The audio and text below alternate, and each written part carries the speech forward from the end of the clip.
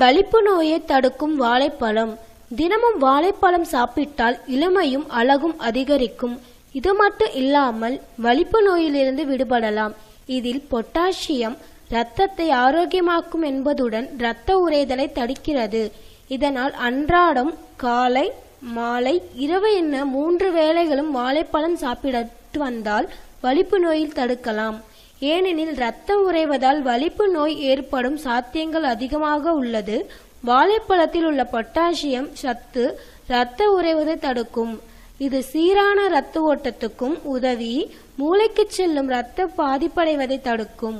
மூளை மற்றும் இரத்த ஓட்டம் ஆரோக்கியமாக இருந்தால் நோய் தாக்குதல் இருக்காது.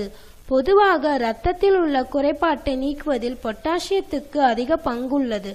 இந்த சத்து அதிகமாக உள்ள கீரை வகைகளும் பால், முந்திரி, பாதாம் உள்ளிட்ட பருப்பு வகைகள், மீன், மொச்சை, பயிர் போன்ற தானிய வகைகளும் அதிகமாக எடுத்துக்கொள்ளலாம்.